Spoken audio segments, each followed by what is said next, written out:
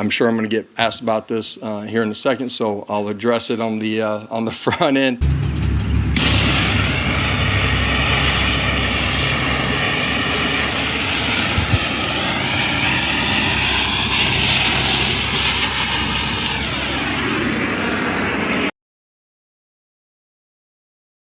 Ladies and gentlemen, boys and girls, hope all of you had a great Saturday. Hope all of you had a great Saturday night. Hope all of you had a great weekend. If not, hope this video can make it a little bit better. Man, oh man, we're back at it. We're to talk about this Nico Iamaleava situation again. However, we're going to talk about it, and I'm here to show you what Josh Heupel had to say about all of this. So we already know Nico's left, yada, yada, yada, blah, blah, blah. We've talked plenty about that. But now Heupel, he's given his response to the situation. There's a lot we got to discuss and go over. I'm not going to sit up here and give you the whole run-through of what's led us up to this point, because we've already made 2 separate videos talking about it. If you haven't seen them, they're on the channel. Feel free to check them out. Long story short, all you need to know. Thursday night, rumors are swirling that Nico in Tennessee, they're having some contract negotiation issues. Then Friday morning, Nico doesn't show up to practice, and then Saturday morning, which is the current date, he announces he's entering the portal. They're parting ways. Before we get into what Josh Heupel had to say, I do want to read off some of the comments on our recent video. I haven't seen it. Let's see what some of you guys are saying. Jonathan said, props to Tennessee for standing on business. Joe Vall said, Tennessee would not negotiate. Coach Heupel stood his ground. I'm proud of our coach. And I've seen a lot of people saying that. This doesn't happen a lot in college athletics. I've been covering it for a long time. I don't know if it's ever happened, but it seems like everybody's taking Tennessee's side. Yo3000 said, Mac be hot Tua. Really? I mean, what are we doing, man? I'm so happy to say that I've been a part of this community for 4 to 5 years. You're my favorite furry. You know,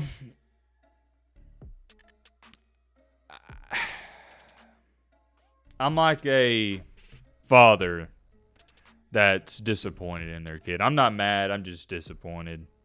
What kind of comment is this? I'm in a good mood. I'm not even going to give you a strike. You're not banned. I'm just disappointed in you. As a Vols fan, I'm glad. He isn't a team player, rather a self-entitled crybaby. Huh? What do y'all think about that? From everything I've heard, it seems like this is more of a thing his father and agent or representatives wanted him to do. Go make more money elsewhere. Matt, as a Tennessee fan for 56 years, I can tell you I'm not concerned at all. If we didn't have a great defense in Dylan Sampson, we would have went 7-5. Completely agree, brother. Quest from Georgia says, I've been waiting for Matt B. Musty to drop all day. So now I'm musty. Nico, I'm a leaving, and Coach White Diddy Randy. That's my nickname now. White Diddy Randy, I digress. Leading Chattanooga State Water Aquarium Community College to the Natty. Hashtag Matt B. Gay. What do y'all want me to say to this? I mean, is this what we're doing in the comment section? We're still doing this?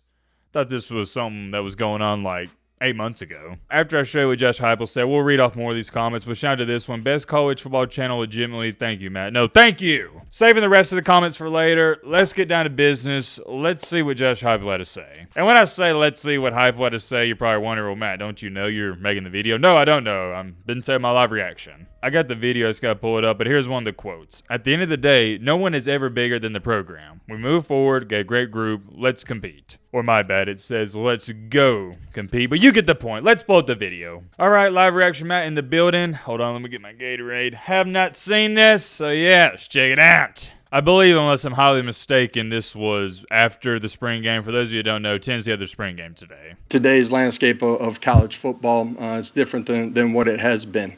You know, it's unfortunate, you know, just the situation and where we're at with Nico. I want to thank him for everything that he's done since he's gotten here. You know, that's as a recruit to who he was as a player, and how he competed inside of the building. And so a great appreciation for that side of it. Obviously, we're moving forward as a program without him. You know, I said it to the guys today. There's no one that's bigger than the Power T, and that includes me. And they hear me say that a lot inside of that team room. Let me pause it right there. I know this is kind of off topic, but it just came to my mind. This is so weird. Starting quarterback leaves. This isn't some bench warmer, okay? The starting quarterback in the best conference of all college football just left before the spring game. Is this what we want college sports to be? And the sad thing is, I guess we just got to get used to it. Yeah, this is the first time we've seen this happen, but I guarantee you this, it won't be the last time. Just super weird. I don't know. There's something about it. It almost seems like this is something out of a movie. It doesn't seem real. And I can't help but wonder, How does Nico actually feel about this? Like, did he actually care about Tennessee? Or is it one of those things where, yeah, he committed and signed there, but he never cared about him? He was just going there because they were giving him money, and he thought it was going to put him in the best position possible to succeed and get to the NFL. The reason I bring that up is because college football players actually caring about that university and bleeding their colors, that's almost an afterthought at this point. Whereas when I was growing up, it meant something to put on that Tennessee jersey uniform, Alabama jersey, Ohio State, whatever school you root for. You were all about them and you hated everybody else. But now it's just like these kids, yeah, whatever. I remember when I was growing up, I know I sound like an old head, it was huge news when anybody announced their transfer. And so, wait a minute, holy crap, this guy's transferring? Wow, what's going on? And you're talking about that only happened maybe with 4 or 5 players in the entire landscape of college football. I'm not comparing their games, play style, or anything like that by any stretch of imagination, but this would be the equivalent of Bo Wallace at Ole Miss announced that he's leaving Ole Miss. You don't see that anymore. Guys going to one college, especially the quarterback position, and sticking it out 4, 5, 6 years. Crazy times, man, crazy times. Let's log back in on this video. This program's been around for a long time, with a lot of great coaches, a lot of great players that came before that laid the cornerstone pieces, the legacy, the tradition that is Tennessee football. It's going to be around a long time after I'm done and after they're gone. Excited about where we're at this point. Man, there's a lot of work for this team to go continue to grow, to have the ability to chase the things that we want to in the fall. All right, so the rest of that is, he's just talking about his team. If you want to watch the full interview, press conference, whatever you want to call it, you can check it out for yourself. Moral of the story is, like he said, no one's bigger than the Power T, and they're going to go out there and compete to their best ability. And I agree with a lot of these comments. Ohio State fan here, Coach Heupel has earned my forever respect, stood his ground and kept it professional for the press. They'll find their quarterback and be just fine. I said this in the recent video as well. I'm sure some of you watched that one. If I were a Tennessee fan, which I'm not, would I be worried about this? No, not to the slightest. They're going to be okay. And not just okay, they're going to be a good football team next year, this upcoming season. This Josh Heupel offense is going to thrive with or without Nico Iamaleava. You can like what I'm saying, you can not like it, doesn't matter. It's reality. It's plug-and-play system. It is complicated to stop, but it's not a complicated offense to understand. They want to run the ball first, and if you don't stop the run, here's the kicker. They're not going to pass. They're going to run the entire game, but when they see you're playing on your toes, you're expecting to run boom, play action, slant passes, read pass option, hit you with a deep ball, all that nice stuff. And that's why it works, because Josh Heupel, he gets you on your toes, gets the linebackers and safeties cheating up, and boom, that's when you take the shot. And Nico is decent last year. Don't let anybody on Twitter try to tell you, oh yeah, he's trash. He wasn't trash. I didn't think he had a good year by any stretch of imagination, but he was okay. He was solid. And he made a lot of good plays, but I don't think it's anything to be worried about.